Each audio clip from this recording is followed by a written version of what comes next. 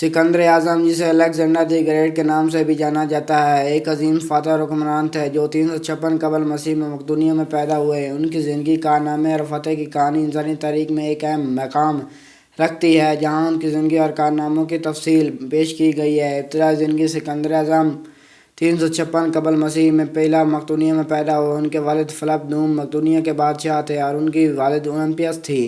सिकंदर की तरबियत एक शाही माहौल में हुई और उन्होंने इब्तदाई तालीम अरस्तू जैसे अजीम फ़लसफ़ी से हासिल की। अरस्तू ने सिकंदर को फ़लसफ़ा, सियासत, साइंस और अदब में तालीम दी, जिसने सिकंदर की सोच और नज़रियात को बहुत मुतासिर किया। नौजवानी और इब्तदाई कारनामे: सिकंदर ने अपनी पहली फ़ौजी महमात में से एक अपने वालिद के साथ की। 338 कबल मसीह में उन्होंने चिरौनिया की जंग में हिस्सा लिया, जहाँ मकदूनिया की फ़ौज ने एक बड़ी यूनानी फ़ौज को शिकस्त दी। इस जंग में सिकंदर ने अपनी फ़ौज महारत और हिकमत अमली का मुजाहरा किया। बादशाह की तरफ सफ़र: 336 कबल मसीह में फ़लप नूम के कत्ल हो गया और सिकंदर मकदूनिया के बादशाह बन गया। उन्होंने फौरी तौर पर अपनी ताकत को मुस्तहकम किया और मुख्तलिफ बगावतों को कुचल दिया। सिकंदर ने अपने वालिद के मंसूबे को आगे बढ़ाया और एक अजीम फ़ौज को मुहिम की तैयारी शुरू की। फ़ारस की फ़तह: 336 कबल मसीह में सिकंदर ने फ़ारस के अजीम अलशान सल्तनत के खिलाफ मुहिम का आगाज़ किया। उन्होंने दरियाए करेनियोस के किनारे अपनी पहली बड़ी फ़तह हासिल की। 333 कबल मसीह में उन्होंने एसफेस की जंग में दारसौम को शिकस्त दी। सिकंदर की फ़ौज में हिकमत अमली, बहादुरी और क़यादत ने उन्हें मुसलसल कामयाबी दिलाई। मिस्र और बाबल की फ़तह: 332 कबल मसीह में सिकंदर ने मिस्र पर कब्ज़ा कर लिया और इस्कंदरिया शहर की बुनियाद रखी, जो बाद में एक अजीम अलमी और सकाफ़ती मरकज़ बना।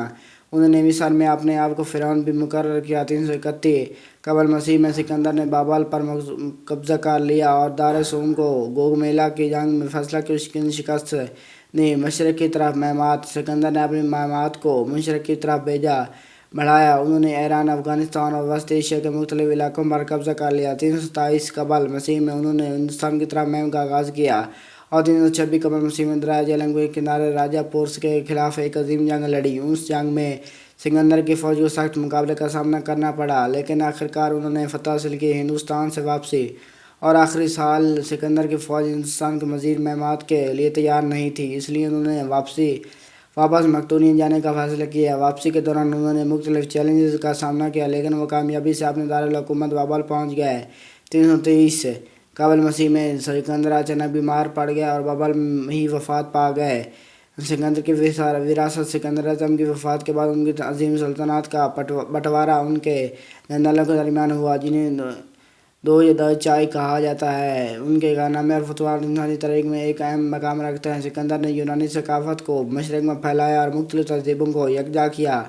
उनकी हिकमत अमली, फ़ौज, महारत और क़यादत की मिसालें आज भी मुख्तलिफ फ़ौजी इदारों में पढ़ाई जाती हैं। नतीजा: सिकंदर आज़म की कहानी एक अजीम फ़ातह, हुक्मरान और फ़लसफ़ी की कहानी है। उनकी ज़िंदगी में बेशुमार चैलेंजेस और मुश्किलात आईं, लेकिन उनकी बहादुरी, हिकमत अमली और क़यादत ने उन्हें तारीख़ के अजीम तरीन मुकर्रमों में शामिल कर दिया। उनकी फतवाहत ने दुनिया को बदल कर रख दिया और उनकी विरासत आज भी मुख्तलिफ तहज़ीबों और सकाफ़तों में ज़िंदा है।